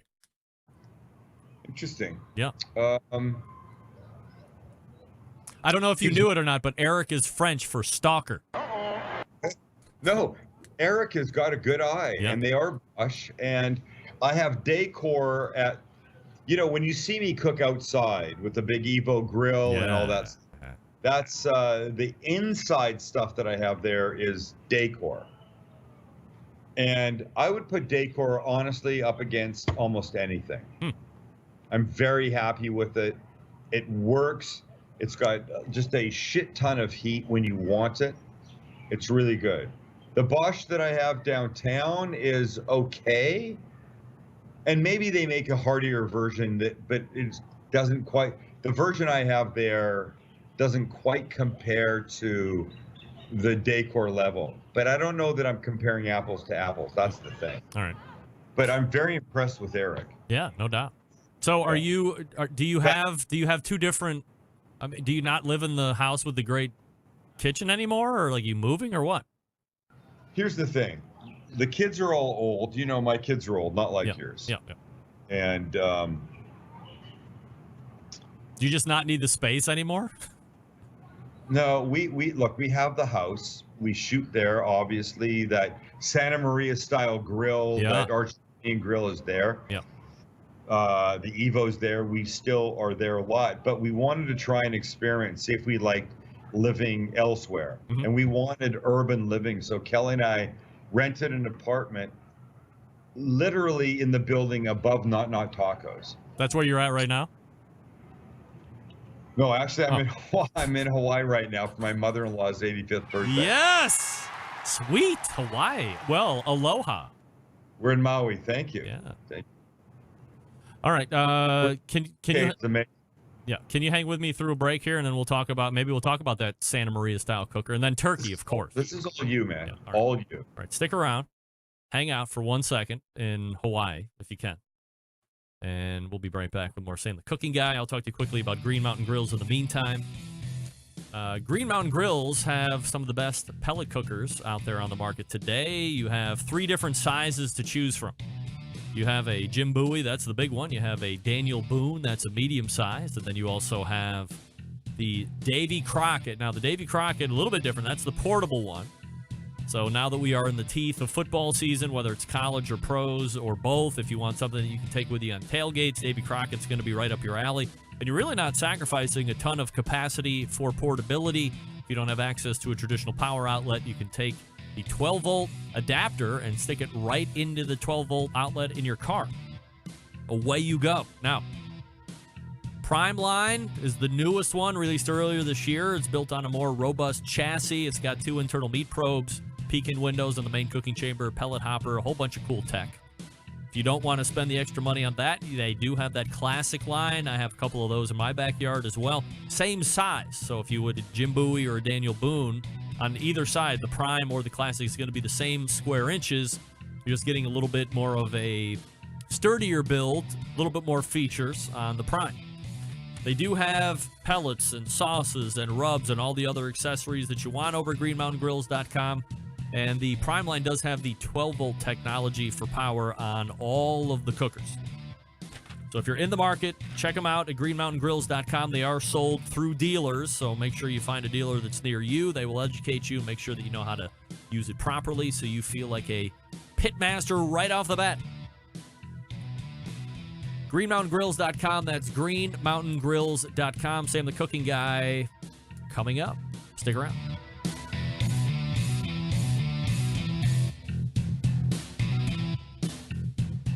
Continuing to produce incredibly mediocre content in an exceptionally professional way. You're listening and watching the Barbecue Central Show. Once again, here's your host, Greg Rempe. All right, welcome back. This portion of the show brought to you by The Smoke Sheet. Get in the know on everything happening in the barbecue world, including top news, events, recipes, and more. Started by Ryan Cooper and Sean Ludwig. Both of them traveling around the country to find the best barbecue news and then report on it. You can sign up for the newsletter and see the full events at their barbecue calendar, bbqnewsletter.com. That's bbqnewsletter.com, a great all-in-one resource for the live fire cooking industry. And we're back with Sam the Cooking Guy in Maui, Hawaii. It's real expensive. Hey, look at that. The smoke sheet. Look at you. For them right now. Did you really? Yeah. Wow. All right. Well, I think they every once in a while they feature me too on the what to listen to. Here's the deal. Not all the time. I believe in you, and what you like, I like. Yeah? Yeah. All right. Well, thank you for supporting those guys. You're welcome. They're going to be they're big fans of Sam the Cooking Guy too, by the way. A lot of people are. I mean, a lot of people in our, well, I don't know if we have, but you've definitely crossed over as a sweetheart in the live fire industry because, you know, you do a lot of grilling on your show, and I think I've introduced you to a niche group of maniacs and that they like cooking as well. I mean, it's fun. Look, you absolutely have, but the thing that I know that that you know is live fire cooking. You can't do all the time, and there has to be other things you can do. Right. So maybe that's where my my nonsense comes in. Yeah. Though I did meet a guy a couple of months ago from Oceanside, California, that said he met him with his wife. They were fans. We talked, blah blah, and he goes, "I only cook outside." Oh. You go, like, on what? And he goes, "I got a grill. I got a green egg, whatever." He's naming all this shit. And I go, "And so your wife, does she do the inside cooking?" He goes, "There is no inside cooking." I go, what does that even mean? He goes, "I do 100% of the cooking, 100% of the time outside." Wow. And so look, Cleveland, you couldn't do that. San Diego, you could do that. Hawaii, you could probably do that. Yeah. But even when it's shitty in San Diego, and so like the worst day we could have, and it would be, I don't know what that would be, 58 degrees and raining. Yeah. You could still grill. Yeah. Easily. Because God invented this thing called an umbrella. Yeah, or the pop-up tent. It's all you need. Yeah. I learned to cook chicken from my brother-in-law, Bob, in Toronto, Canada. It might have been 28 or 30 degrees. There was snow. He brushed off the barbecue and he taught me how to, and I go, "Is this a problem?" He goes, "Not for me." Yeah. So. There you go. Sam the Cooking Guy joining me here on the show. By the way, thecookingguy.com, his website. Also, the restaurant website, not tacos.com, if you're going to be in the area. So, I mean, as I had mentioned at the top of the show, I'm not a huge Halloween fan, especially for those that are over the age of 15 or 16, chopping around in their damn unit, whatever. However, in your case, I'll make an exception. Thank you, sir. This Halloween, nailed it with Salt Bae. Nailed it. I have to be honest. I've never heard Salt Bae utter one word, so I will take your interpretation of him as being spot on, but I've never heard him say anything. That's the problem. Neither have I. Well, maybe that's the beauty. All you hear is this. Yeah. Every once in a while on a plane, he does like this thing, and I'd have no idea what he's spelling. I don't know if it's in English or whatever, but I mean, he's Turkish. Yeah, so... Turkish. Yeah, I mean, he's wildly successful, right? You know what? Or is he not? No, he was ridiculously successful. Yeah. From one restaurant, and then he blew up. And now there's a bunch of restaurants, but the problem I hear is that they don't quite deliver what people's expectations are. When you're so huge with 25 million Instagram followers, you know the expectations are going to be freaking huge. Like, you got to visit everybody's table, and you got to cut everybody's steak, and you have to do the sea salt dust in order to meet expectation. Dude, with 25 million subscribers on YouTube, followers on YouTube, you got to bang everybody's wife at every table. Wow-wee, that's a lot of beef to be thrown around, right? Some crazy expectations there. Yeah, that's crazy. That's crazy expectations, no doubt. So you nail Salt Bae. It was a great video, fun. You cooked on the Santa Maria style grill, if I'm not mistaken. No, just to sear. Yeah. Oh, that's right, just to sear.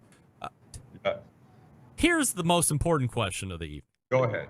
Pick a favorite between my two favorite Sam the Cooking Guy Halloween costumes: Salt Bae or Paula Deen. Paula Deen. Hands down. Wow. Paula Deen. Like, you didn't even waste a second thinking about Salt Bae or Paula Deen. You went right to Paula Deen. I think somehow Are you akin to her? I think I'm just more comfortable playing a woman. I don't know why. I was Dr. Phil and I was Guy Fieri. Yeah. But somehow my Paula Deen, my Martha Stewart, my Rachel Ray, it's more fun. And who knows what the hell, as you said, Salt Bae's accent is. Right. I hope it's yours. I hope he sounds exactly like you thought he sounded. But the Paula Deen is, I think from a looks standpoint, Salt Bae was more realistic. Paula Deen was way more entertaining. Yeah, I agree. Yeah, so good. 100%. 100%. You have but this. Check out my Dr. Phil, by the way. If you haven't seen it, almost an exact copy. I morphed into Dr. Phil. Did you help people along the way during that? Yes, I live did. cast? Good. Absolutely. Good. All right, so let's talk about that Santa Maria style cooker that you got. I mean, how many cooks are you in on it now? Like a small handful, would you say? No, we're only a few. Yeah. Let me shout out weld.com. They have a YouTube channel that teaches welding. And I mean, when I say welding, I mean like specifics, like this particular bead, how to join these two things, whether you use MIG or TIG or acetylene or whatever. And these guys said one day, let's make something pretty. And what could that be? And they came up with this and they went, we love Sam. I don't mean we love Sam. Yeah. We're fans. Yeah. What if we made him one of these Argentinian style grills and gave it to him? And to be clear, these guys are not grill or pit makers. No, oh no, Okay. no. All right. They're welding instructors, really. All right. So they put this grill together for you, and it looks great. They brought it to me, and they put my face in the grates. And on the side? Insane on the side, the hand. I mean, we talked about this back and forth a little bit, but it was really an amazing job. All right, so let's get down to the brass tacks. Yeah. How realistic is it that you're going to use it a lot? And how easy is it to use? It's as easy as setting a charcoal and or wood fire in any grill. All right. It's that simple. What I have to learn, I don't know wood yet. I don't have my handle on how to deal with wood. So what I need to learn is how to build maybe a charcoal fire that will sustain itself and then put wood on top and let that. Look, I'm a virgin when it comes to this stuff. Yeah, I mean, you got it right there. So that's typically, we're shooting a rib episode soon that will just be on this thing. Like racks of ribs? Yes. Huh. Yes. So just for point of, let me impart just a small bit of wisdom. For the folks that are running those offset pits, like I have an offset pit, so you have a live fire running in there. The majority of us are lighting a charcoal chimney full of Kingsford or, whatever your brand is. Fully lit, raging fire, throw it into the firebox. All white. You throw it in when it's all white? Yeah, all ready to go. It's all ashed over, all ready to go. Throw it all in there so you have a full chimney full of raging hot coals.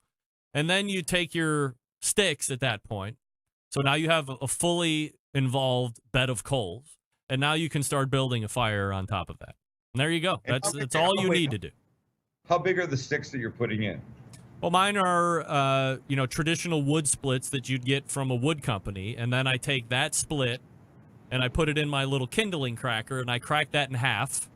Yeah. And that's the size split I use. Now, what's different for my use and yours is the firebox on my Lang is a little short for my taste, so I actually started cutting off an extra 5 inches in length.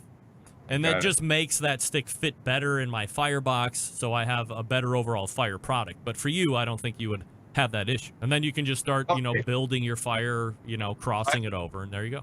I have a suggestion for you. Yeah. I say you take this that you do every Tuesday. Yes. Outside. You have somebody shoot it for you, and you teach people like basics like this. And I don't mean just, hey, tonight's building a fire. I mean, tonight's going to build a fire. Maybe you use the art flame. Maybe you use the whatever. You got a million things out there. I can't imagine how many things you have. But plenty. But maybe you show people, we're going to do a steak tonight, and here's how we're going to do it. But you start from the ground up, because people, you've got a lot of people that watch, but you shouldn't. I'm not that you do, but we should never assume that people know everything. And when you talk about building the charcoal fire in the chimney and then dumping it in, this is all shit people, I think, should see. I'll take that under advisement. Which, by the way, for everybody listening, means I don't give a shit what Sam just said. Right. Listen to me. I don't have 1 million subscribers on YouTube because I didn't. All right. I'm not going to have you. The other night, by the way. What did you say? I said I tried that with Kelly the other night. Oh, I bet that went over even worse than it went over with me. I tried to win her over with, I don't have 1 million followers on. Guess what it did for me? Yeah. She said, Sam, you will not be sitting in our bed tonight. Andrew, you are not the fire. That's right. Turkey-wise, let's go real quick. Turkey-wise, so because you're not going to be on before we hit Turkey Day, of course. Anything new? I mean, we're not going to go over the same old rehash shit, but anything new that you're doing this year, or fun stuff you're going to try? No, we took a poll on our channel of our, what is it? Would you say? Million and almost 200,000 subscribers. Nice. We took a poll and said, what do you want? Do you want an oven roasted turkey? Do you want a smoked turkey? No. Do you want a deep fried turkey? Oven roasted. You're saying oven roasted one? I think that always takes the day. For me, it would take the day. And I chose not. I said, I'm not going to give you my opinion until you guys vote. Oh. Deep fried. Really? I thought people were past deep fried and everybody started venturing back into the iconoclastic oven roasted turkey. I kind of wish they would, because deep fried turkey to me is kind of a novelty. It's interesting, but it's not my thing. I don't like it. But I will do it because that's what the people want. All right. But as I said to Max, by the way, this gives me an opportunity to use that oil to deep fry a bunch of other shit before we finish. No doubt. Right? Now, sandwiches, whatever. Have you done you've done fried turkey before on the show? Or no? Maybe not on the show, but I've done a deep fried turkey many times. Okay, so you know the whole safety, fill with water pod, put the turkey in it. Look, I know why. I know why it doesn't work. Because people are fucking drunk. Right. Way drunk. Fried drunk. They've heard it simple, and when they hear it simple, what they're not hearing is simple means, 4.5 minutes a pound versus 15 minutes a pound. Right. They just go, it's simple. They fill it up with oil to the top. They wait for it to get hot. They dump the turkey in. It's an ice cold turkey. It's filled with butter.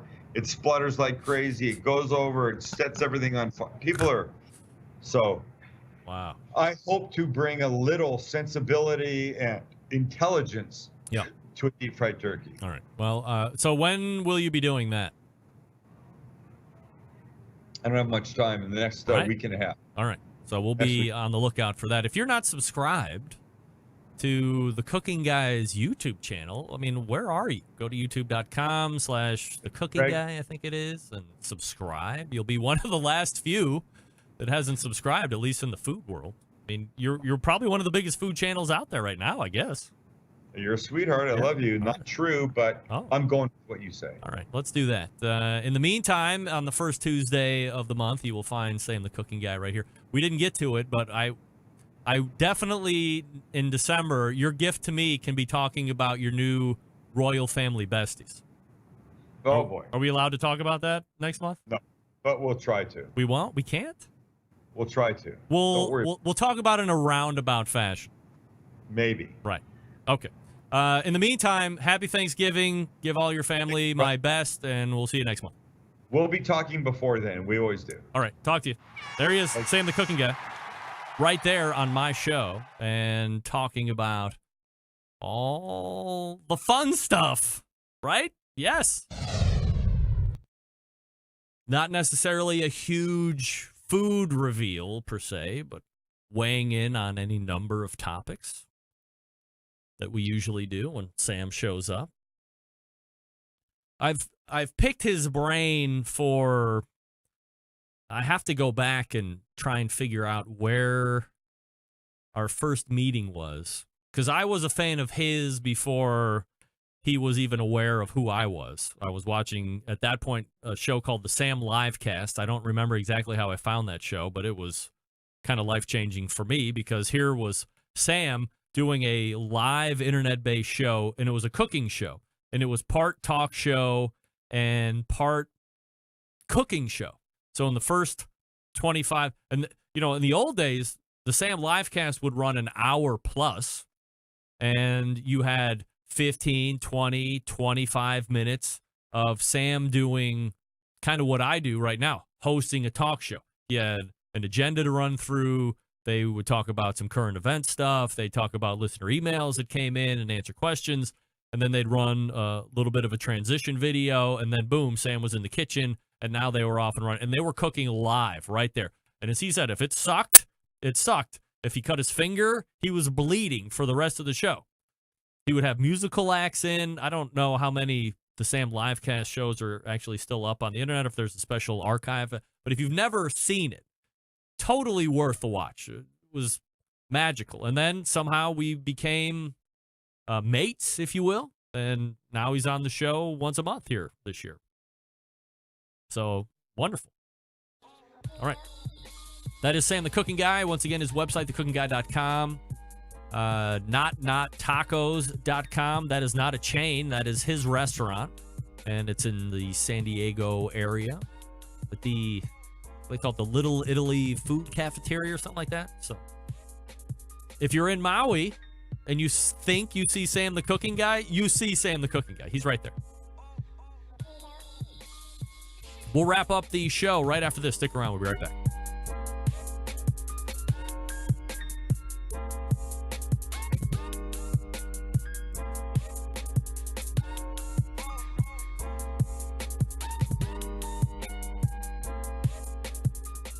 Whole packers, full racks, legs and thighs, injecting butts. If you've never heard this before, you might think you found the best XXX show ever.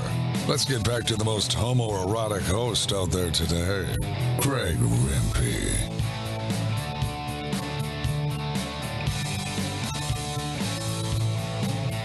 All right, welcome back. Thanks again to Sam Zion for joining me this past 2 segments as we get ready to head on out of here. Don't forget, your first podcast release will be in about an hour from now. Second hour on Thursday, best of on Friday. All the way back in the first hour, we talked with Malcom Reed from How to BBQ Right, howtobbqright.com, How to BBQ Right all over social media, Killer Hogs Barbecue. We also talked with Chris Becker from cookinpellets.com. Weighed in a lot on the Traeger pellet class action lawsuit that's been filed against them. His thoughts on soaking pellets in oil and profits and doing it the cheap way and how they do it. And other manufacturers could be brought out to light as well, hopefully culminating in having to put what's in the bag on the bag, calling it out, as he said.